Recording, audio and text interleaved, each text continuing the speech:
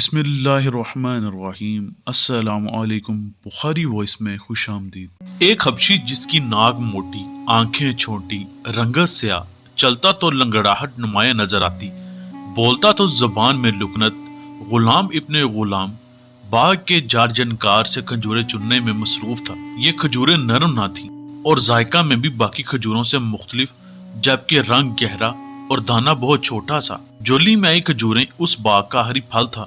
وہ شہر میں انہیں فروخت کرنے کا ارادہ رکھتا تھا، مگر کوئی ان کھجوروں کا طلبگار نہ تھا۔ اسی اثنا میں ایک آواز آئی، اے بلال، یہ کھجور تو تجھ جیسے کالی اور خشک ہیں۔ دل کے ابغینے پر ایک ٹھیس لگی اور آنکھوں سے آنسو روا ہو گئے۔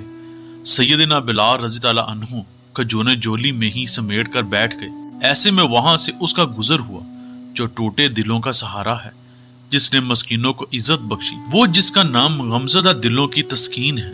ہاں، وہی محمد مصطفیٰ صلی اللہ علیہ وسلم۔ آپ نے بلال سے رونے کا سبب پوچھا تو سیدنا بلال نے جولی کھول کر سب ماجرا کہہ سنایا۔ رحمت للعالمین صلی اللہ علیہ وسلم نے بازار کی طرف رخ انور موڑا اور آواز لگائی، لوگو، یہ کھجور اجوا ہے، یہ دل کے مرض کے لیے شفا ہے، یہ 70 امراض کے لیے شفا ہے، اور لوگو، یہ کھجوروں کی سردار ہے۔ پھر یہ کہہ کر بس نہیں کیا، فرمایا، جو اسے کھا لے اسے جادو سے امان ہے۔ منظر بدل گیا۔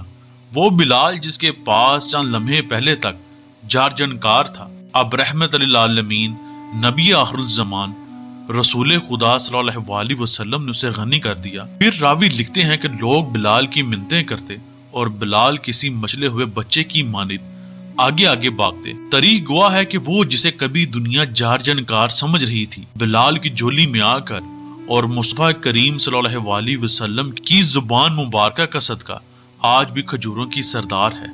اللہ مجھے اور آپ کو آسانیاں عطا کرے اور آسانیاں تقسیم کرنے کی توفیق عطا فرمائے، آمین۔